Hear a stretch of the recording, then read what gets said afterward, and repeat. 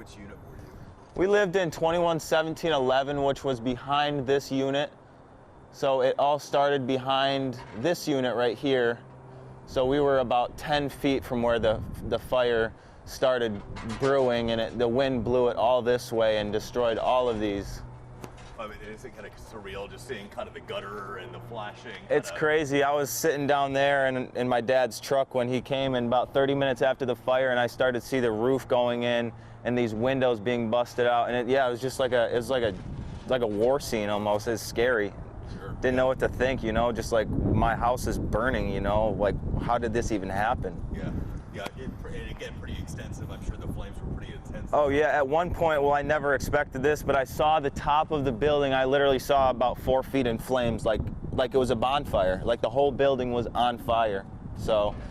Now, were you thinking of, like, you know, is there somebody still trapped in their apartment? Like, what kind of went through your mind when you, well, actually, we'll start from the beginning. Yeah. You know, what was sort of your awareness of this, you know, the second it sparked and sort of what happened? Were you inside? Like, what?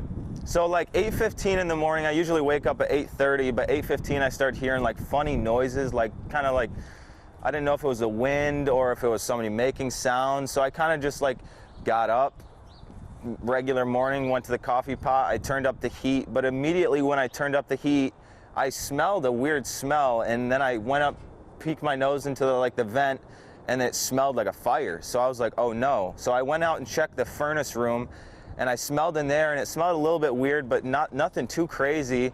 And then I shut the door, and then I looked out my window, and through my window I saw smoke coming to the right, and I knew it wasn't a dryer vent like you see these dryer vents, how the condensation will come out, and I said, that's not right, this shouldn't be happening right now.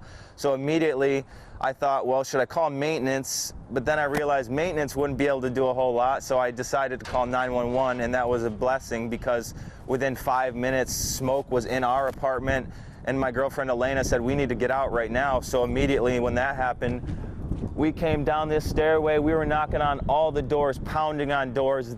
All these residents were pounding on these doors, trying to get everybody out, and we didn't know if there was anybody in there because some doors were locked and we couldn't break the door down.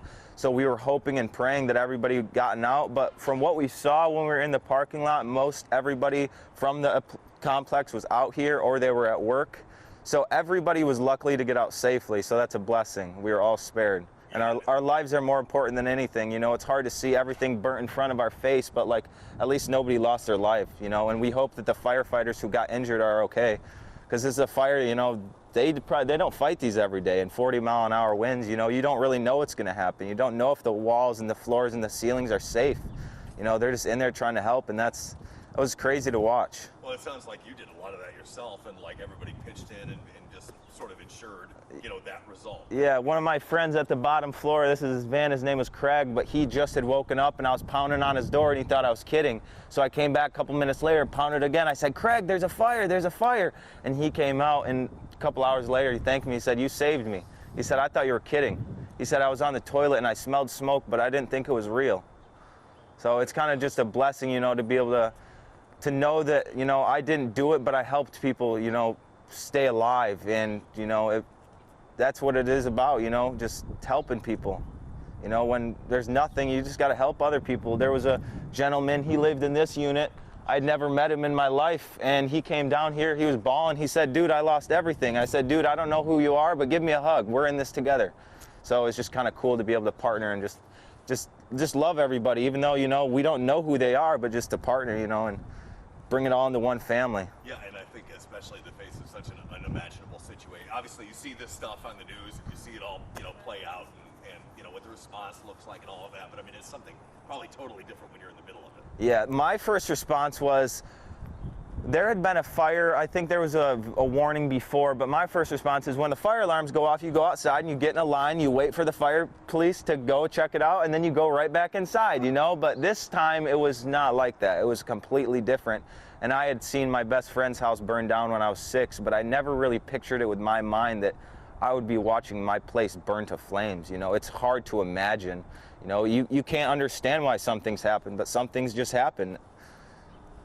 Yeah, and even though it's a bit of a cliche, I mean, I have to imagine you feel a lucky to be, you know, where you are right now. Blessed, yeah. Blessed to be able to get out of the fire, and blessed to have my girlfriend be able to get out of the fire. And just like I said, material things, they meant a lot to us, but like our lives were spared, and everybody's life in here was spared. Like, even though people had lived here for 10, 15 years, they had everything they owned, everything they loved, but like they're alive, you know.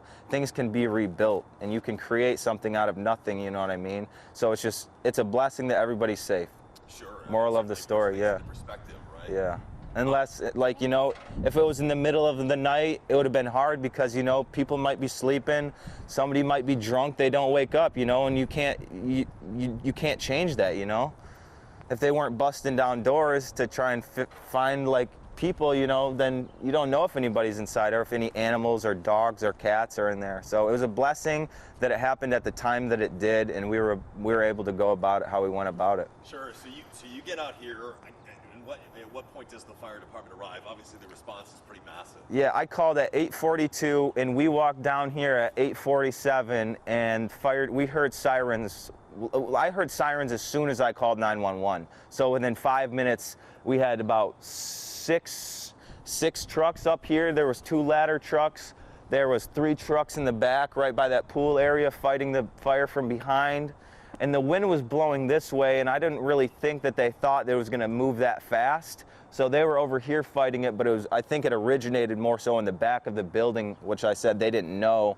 So the fire just swept through, and within 10, 15 minutes, you know, like I said, we were sitting here watching it started with white smoke, and then it got really cloudy, and then it turns gray and black, and we were down there on that road, and we just saw piles and clouds, like mushroom clouds, and I'd never seen something like that in my life, except like TV or a news story, you know, where there's a massive fire, but I'd never pictured that in my mind that it would happen to me. That you'd be the center of it. Yeah, the center of it. Yeah. Now, what do you think of, I mean, what kind of, I guess, support have you seen, you know, in the days since? You know, yeah, so... What's your situation? So we were lucky. My parents live about 10 minutes away, so they were able to put us up. We're still staying there for, as you know, the time being, but we don't have a house. We were looking for a house. Our lease was ending December 28th, so it was just a crazy time. The lease was ending. We were thinking about renewing it, and then this happened. So we're still in the search for a house, but it's pretty cool. Just everybody around, you know, the neighbors, people I didn't even know, we just kind of came together. And then also Red Cross has been a big help. You know, I've always seen these services like disaster relief and all these people that help people when they're in need, but I never saw, like, maybe I might be in need and I need some help, you know. And it's kind of cool to see that firsthand, that people are there and they're wanting to help and they're there to help. And it's just cool that you know, you can just feel like you got somebody. It's not you just alone, you know what I mean? Like, people are there to help you. Sure, it's all kind of a big metaphor for that hug that you gave in the park. Exactly. Yeah. Now, did you have, like, renter's insurance for any of your stuff? I mean, are you aware of any, like, Gofundmes out there? So yeah, I contacted my renter's insurance yesterday. In order to live in this complex, you have to have renter's insurance. And the apartment does renter's insurance, but you can also get third-party renter's insurance.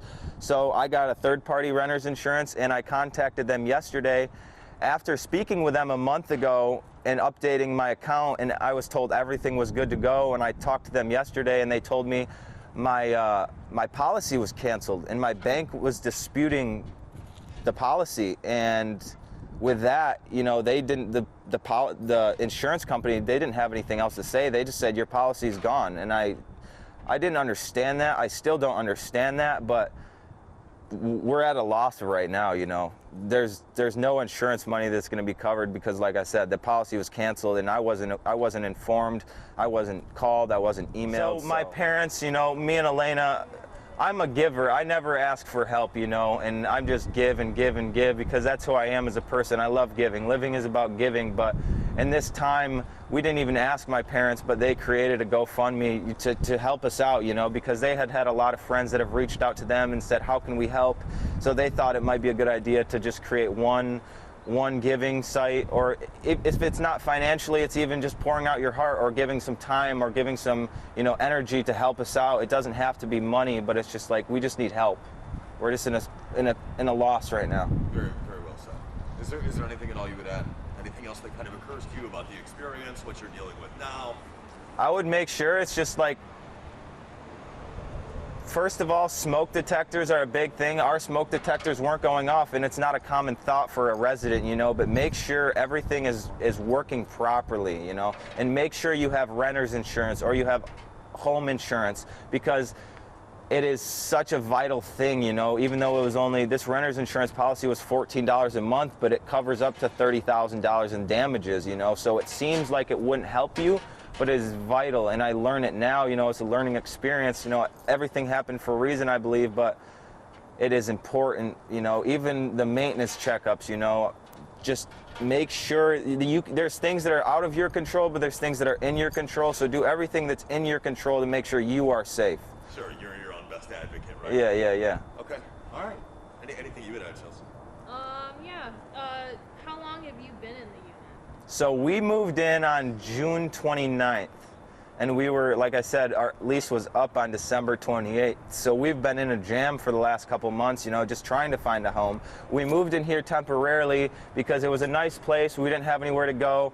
We signed a 6-month lease. We were going to try and find a home, but everything that's going on in the housing market and the rental market, it's just been a crazy time. So it was good while it lasted, but now we're just figuring out what the next steps are. And you guys haven't been able to go back into your apartment and get anything? The chief took me up the first day, and we were able to grab a few clothes, but everything in that apartment is water, smoke, damaged, fire. Our bedroom floor was melted through.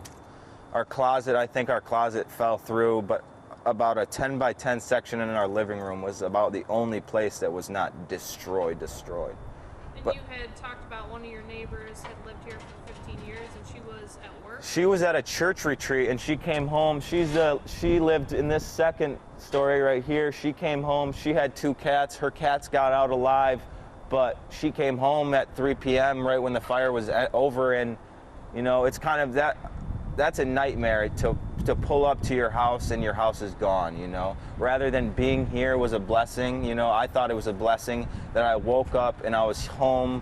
We were here. I was able to call 911 versus, you know, you come back to your home 5 hours later and your home's burnt down and you Deal with it and process it. yeah, very, very challenging.